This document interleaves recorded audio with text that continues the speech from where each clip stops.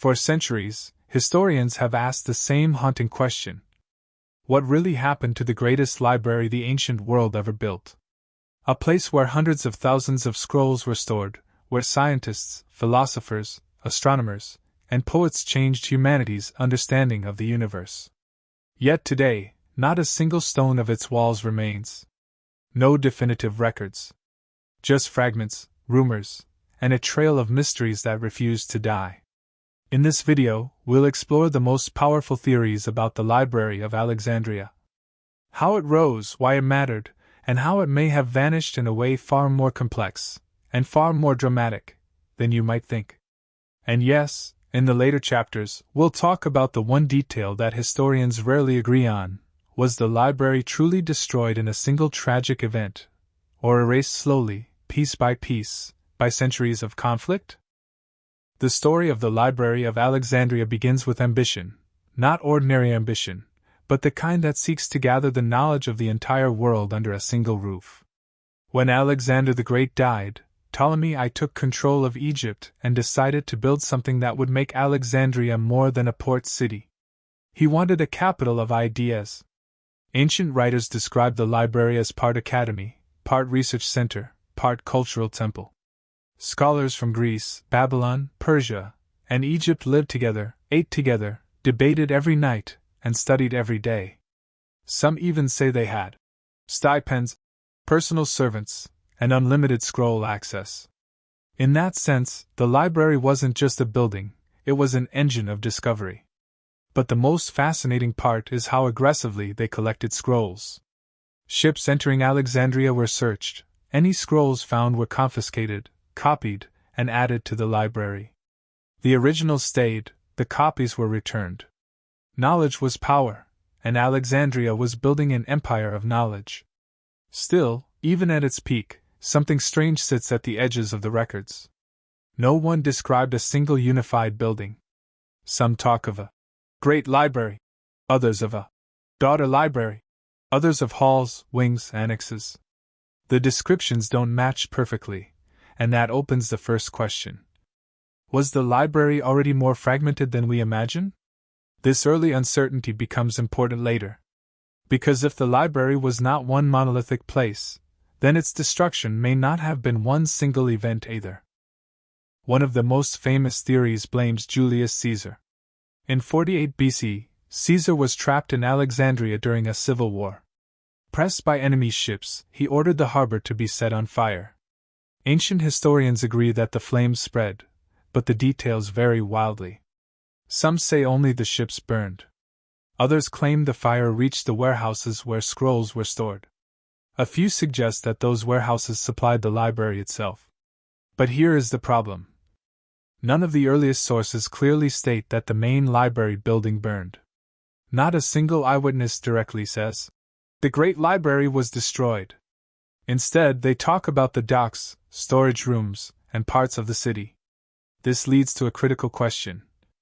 If the great library really burned that day, why didn't Caesar's enemies use that against him? It would have been the perfect scandal. Rome's leader destroys humanity's greatest library. But silence. No political weaponization, no outrage across the Mediterranean. Strange, isn't it? More likely, Caesar's fire damaged scroll reserves, not the heart of the library complex. The real tragedy may have been the loss of tens of thousands of backup scrolls, not the main collection. A wound, yes, but not the death blow. Still, something starts here. This is the first, recorded, weakening of the library. A sign that even the world's greatest archive was not invincible. After Caesar, Alexandria didn't simply rebuild and carry on. The city entered a long period of instability. New rulers came, old rivalries resurfaced, and the library's once protected scholars found themselves living in a more dangerous, shifting political climate. The Ptolemaic dynasty weakened, Roman influence grew, and Rome, despite loving Greek culture, did not share the same obsession with preserving every scroll. Their priority was control, not scholarship. During this period, some scholars mention the daughter library, at the Serapeum. This secondary library may have become the main archive after the first disruptions. But here's the chilling part. the existence of two libraries makes the story far more complicated. If the Great Library suffered damage, knowledge could have survived in the Serapeum. If the Serapeum fell later, scrolls might still have existed elsewhere. Instead of one grand collapse, we may be looking at slow erosion, political pressure, funding cuts, shifting priorities. And slowly, the scholars who once filled the reading halls faded away. Intellectual life shrank. It wasn't fire that threatened the library in this era. It was neglect. The beginning of a long death, not a dramatic one. By the 3rd and 4th centuries CE, the religious landscape of the Roman world changed dramatically. Christianity spread through the empire, pagan temples lost influence, and Alexandria, always a city of competing ideas, became a battleground of belief. This is where things get messy. Some ancient Christian writers spoke harshly about pagan knowledge, while others defended education and philosophy. Some claimed Christian mobs destroyed the Serapeum, others argue the temple was already abandoned. The truth likely lies in the middle. The Serapeum, with its statues and rituals, was a symbol of pagan tradition. When tensions exploded in 391 CE, the temple was attacked. And if the daughter library had indeed become the primary home of the scrolls, this may have been a major blow.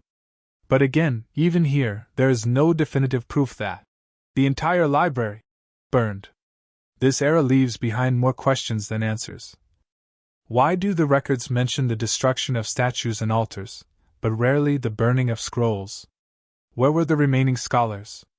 Why do some later writers still reference texts supposedly stored in Alexandria? This suggests that even if knowledge was destroyed, it wasn't wiped out entirely. Not yet. By the 7th century, Alexandria was no longer the intellectual capital of the world. The library, if any part still stood, had become a shadow of its former self. Scholars no longer traveled across continents to study there. The traditions of copying, preserving, debating, and researching had weakened. When the city changed hands during the Arab conquest in 642 CE, later medieval stories claimed the remaining scrolls were destroyed. But here's the surprising fact. Most historians now believe this famous story is a myth. It appears in sources written centuries after the conquest, not in the original records. So if the Arab armies didn't destroy the library, what did? The most accepted theory among historians is this. By the time the conquest happened, there was no great library left to destroy. It had been eroded, scattered, divided, suppressed, underfunded, and politically sidelined for hundreds of years.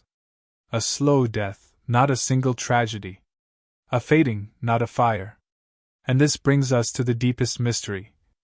If the library died slowly, where did the last surviving scrolls go?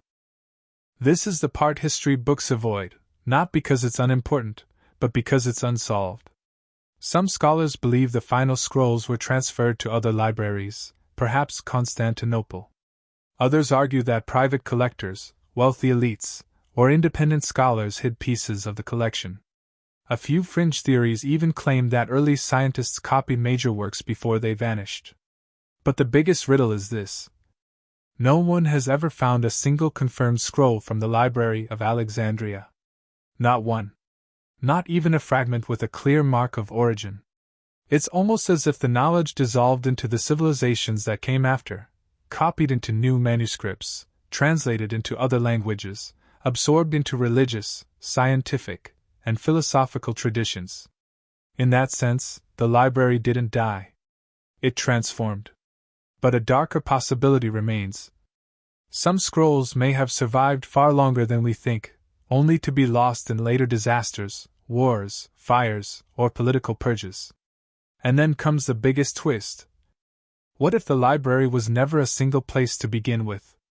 What if knowledge was scattered across buildings, temples, annexes, and archives, and what we call the destruction of the library is just a convenient myth to explain centuries of slow disappearance?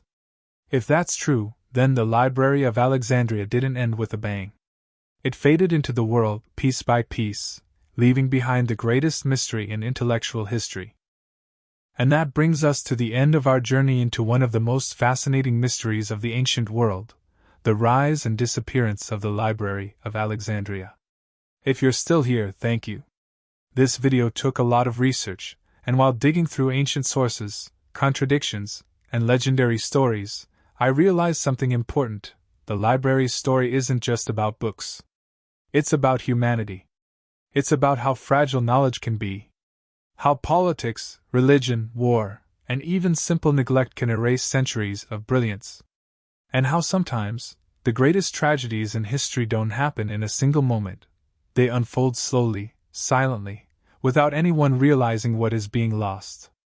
On this channel, we uncover stories exactly like this one: forgotten civilizations, unexplained mysteries, lost technologies, and moments in history that shape the world but still leave questions behind. If you want to choose the topic of the next documentary, check the community tab. I'll leave a poll there. You can also drop your theory in the comments. Do you think the library burned in a single great fire? Or do you believe the real story is the slow erosion of knowledge over centuries? Thank you for watching. See you in the next discovery.